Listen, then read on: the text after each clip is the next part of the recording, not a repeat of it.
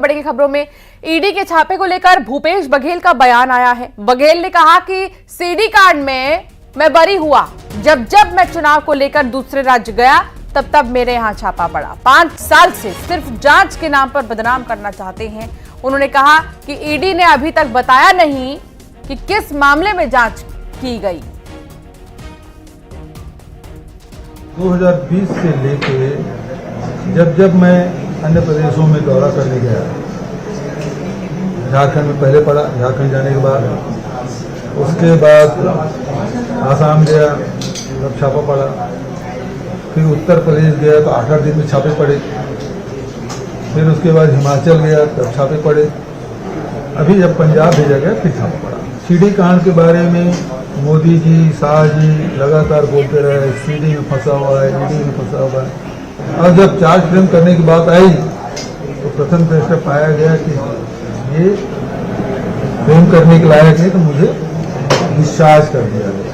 ये इसकी नीयत यही है कि बदनाम करना, प्रताड़ित करना, परेशान करना, तोड़ना, दबाना, ये उनका काम है। अभी कोई ECIR नंबर नहीं था जब हमारे यहाँ गए तो मैंने पूछा कहाँ है, दिखा नहीं है। तो केवल ये बदनाम करने के उद्देश्य से ये सब किया गया है। अभी तक हमको तो पता ही नहीं है कि किस मामले में गए हैं। तो सोना चांदी जो था सब बच्चों का तो छोड़ दिए और 31-33 लाख रुपए मिला, जिसमें 3 लाख रुपए छोड़ दिए और 30 लाख रुपए ले गए। उसके लिए मशीन लाए थे। भोपाल विधानसभा में बजट सत्र के दूसरे दिन शामिल होने पहुंचे पंचायत मंत्री प्रहलाद पटेल ने कहा कि बजट में 2047 की झलक दिखेगी और ग्रामीण विकास पर फोकस रहेगा। उनकी माने तो दूरगामी स्थितियां को देखते हुए बजट आएगा। इसके साथ नेता प्रतिपक्ष उमंग सिंघार ने कहा कि राज्यपाल के अभिभाषण में कुछ भी नया नहीं है, जो पुराना है वही गिनाया गया है। राज्यपाल के अभिभाषण के विरोध को लेकर मंत्री विश्वास सारंग ने कहा है कि विपक्ष ने अभिभाषण को पूरा पढ़ा नहीं है, इसीलिए उनको जानकारी नहीं है। 2047 का है, ऐसा आदरणीय प्रधानमंत्री जी ने कहा है।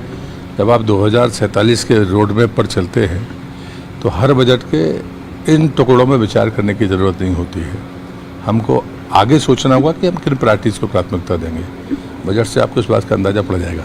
सिर्फ पुराने आंकड़ों को गिनाया गया राज्यपाल के अभिभाषण में। नया नवाचार क्या है, युवाओं के लिए क्या है, ये स्पष्ट नहीं है। किसानों के लिए स्पष्ट नीति नहीं है।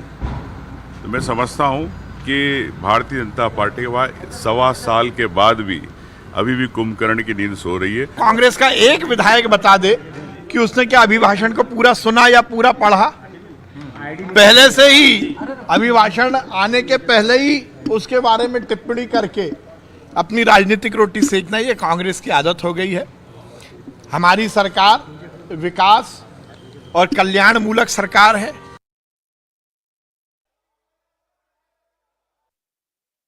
गेहूं की सूखी फसलों को लेकर भी प्रदर्शन किया। कांग्रेस ने आरोप लगाते हुए कहा है कि बांध में पानी है फिर भी छोड़ा नहीं जा रहा, जिसके चलते कई इलाकों में फसलें सूख गई हैं। कांग्रेस के विधायक ने कहा है कि सरकार किसानों को समर्थन मूल्य कम दे रही है।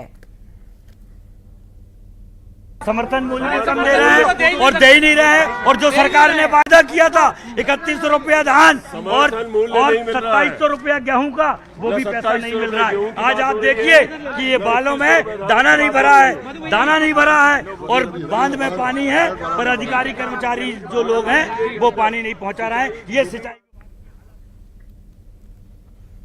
तो वहीं कांग्रेस के प्रदर्शन पर बीजेपी विधायक रामेश्वर शर्मा ने पलटवार करते हुए कहा कि कांग्रेस के नेता खुद एक दूसरे को डस रहे हैं। कांग्रेस में कई आस्तीन के सांप हैं। कांग्रेस के लोग अपने ही मंच से गिर रहे हैं।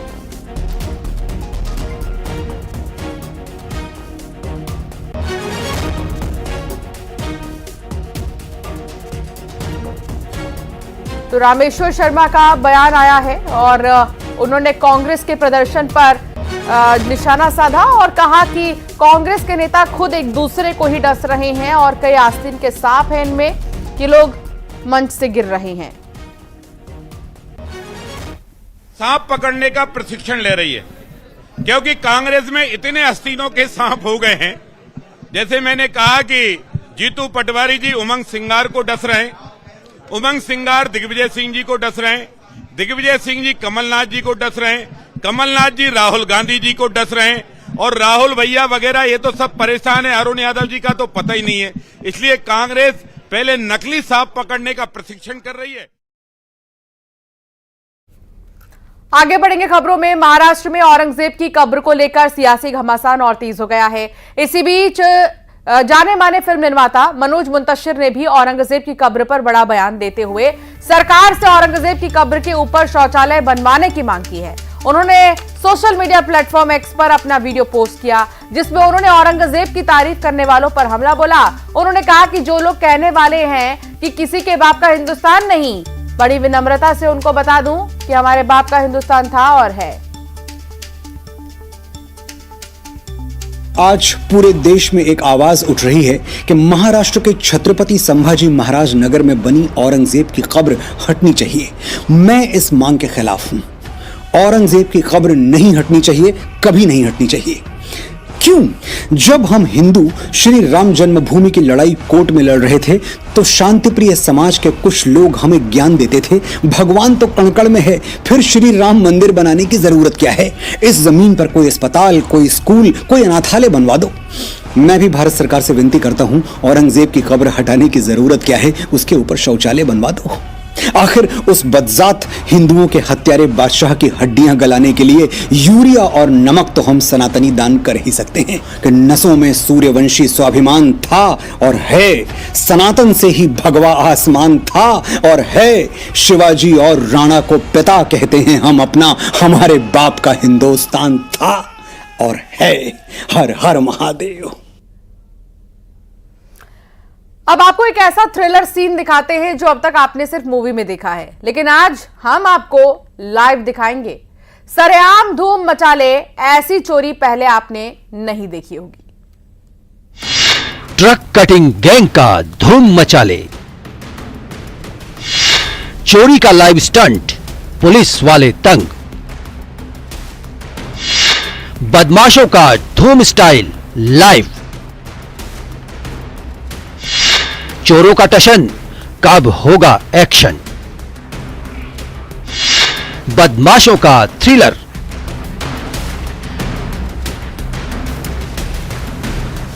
Light camera action. किसी रील मूवी की तरह यह थ्रिलर सीन लग रहा है, जिसमें सरेराह सरेआम दिन के उजाले में बदमाश मचा रहे हैं धूम। बाइक सवार इन बदमाशों के टारगेट पर है ये ट्रक, जो इतने शातिर है कि चलती बाइक से चलते हुए ट्रक पर ऐसे पकड़ बनाते हैं, फिर लगाते हैं कट। पीछे बदमाश गैंग के साथी बाइक पर और इधर उनका साथी कर रहा है धूम स्टाइल में वारदात। यानी ट्रक से सामान ऐसे हो रहा है पार।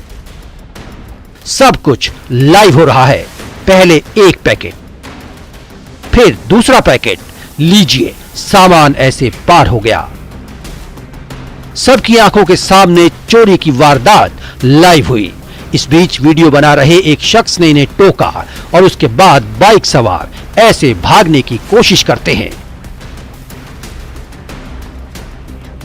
जिस ट्रक से सामान चुराया अब उसी के सामने से होकर निकल गए। धार के सादलपुर की यह तस्वीर है।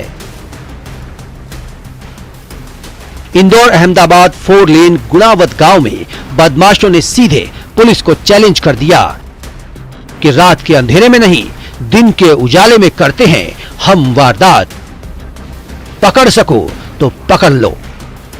वीडियो वायरल हुआ था। जैसे ही हमारे संज्ञान में ये वीडियो आया, उसमें कुछ लोग जो हैं गुणावत बाईपास पे ट्रक कटिंग करने का प्रयास करते हुए दिखाई दे रहे हैं। हमने इसको संज्ञान में लिया और तत्काल एक टीम का गठन किया, जिसमें बीट प्रभारी और अन्य हमारे थाने के सीआई सेल के कांस्टेबल्स इंक्लूडेड हैं। ये कोई पहली तस्वीर नहीं है ट्रक कटिंग गैंग की। ऐसी तस्वीर शाहजहांपुर मक्सी रोड पर पहले भी आ चुकी है। बाइक सवार बदमाश इतने फुर्तीले होते हैं कि वो बाइक से स्पाइडरमैन की तरह ट्रक पर चढ़ते हैं। कभी माल को नीचे सड़क पर फेंकते हैं तो कभी अपने साथी को। उसके बाद बाइक सीधे ट्रक से सटाकर बदमाश ऐसे अपनी पोजीशन लेते हैं। पहले एक बदमाश बाइक पर बैठा, फिर अपने दूसरे साथी को बैठाया। सब कुछ लाइव होता है। आखिर क्यों बेलगाम है, बेखौफ है ट्रक कटिंग गैंग? कब तक चलेगा धूम मचाले धूम?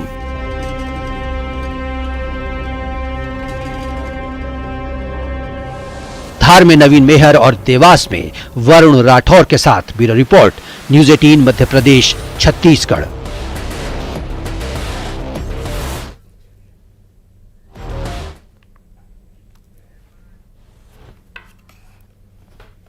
बीजापुर में एंटी नक्सल ऑपरेशन को लगातार कामयाबी मिल रही है और इस वजह से नक्सली न सिर्फ बैकफुट पर है बल्कि संगठन कमजोर पड़ गया है। सुरक्षा बलों के खिलाफ नक्सलियों का टैक्टिकल काउंटर ऑफ ऑफेंसिव यानी कि TCOC कैंपेन भी अब कारगर नहीं हो रहा है। गर्मियों में नक्सली TCOC कैंपेन चलाते थे। इस कैंपेन के तहत गर्मी में थके जवानों पर नक्सली अचानक से हमला बोलते थे। साल 2005 से 2023 के बीच ताड़मेटला, कसलपाड़, बुरकापाल, झीरम, टेकलगुड़म, अरनपुर जैसी वारदातों में नक्सलियों ने यही साजिश रची थी। ये सभी घटनाएं फरवरी से मई के बीच की ही बताई जा रही हैं, लेकिन सुरक्षा बलों के एग्रेसिव ऑपरेशन के बाद नक्सलियों का TCOC कैंपेन अब काम का नहीं रह गया है।